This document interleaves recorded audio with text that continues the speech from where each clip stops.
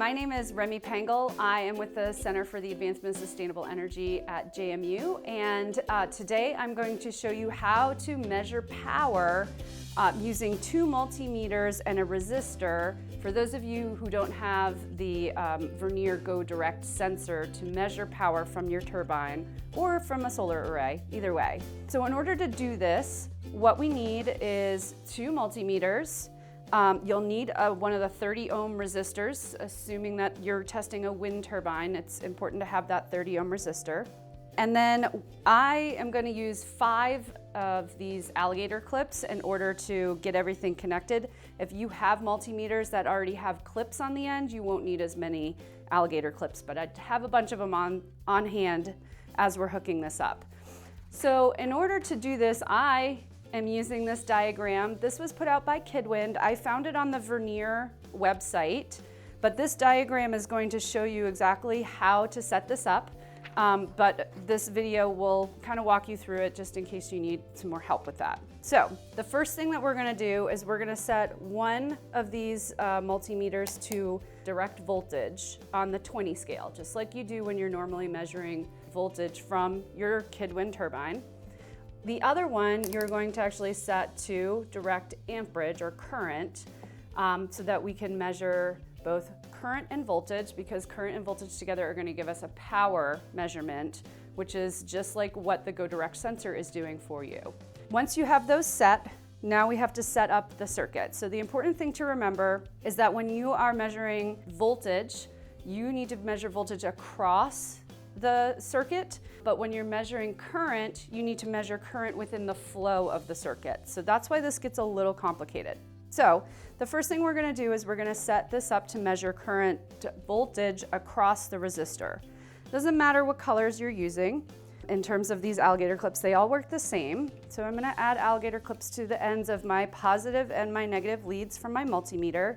I'm going to attach one to either side of the resistor.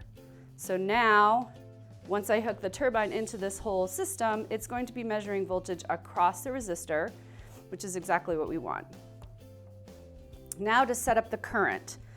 Again, we need to add alligator clips to the ends of each of the leads. Your negative lead for the multimeter that's measuring current is going to go on the same side that's measuring that the positive side of your voltage multimeter is at the resistor. So you've got both of those there. And then the other side of your current, because it wants to be in the flow, is actually going to attach to the positive lead from your turbine.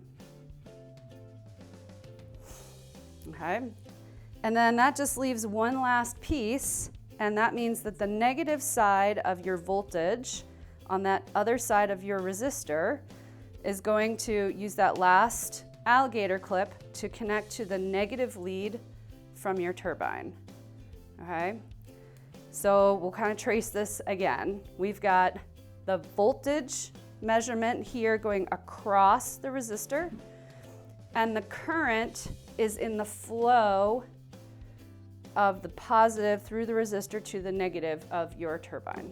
Okay, so once you have all that set up, if you give your turbine a twist, you're going to start seeing some numbers. And so I'm going to grab some numbers from this so that we can just go through real quickly how to calculate power.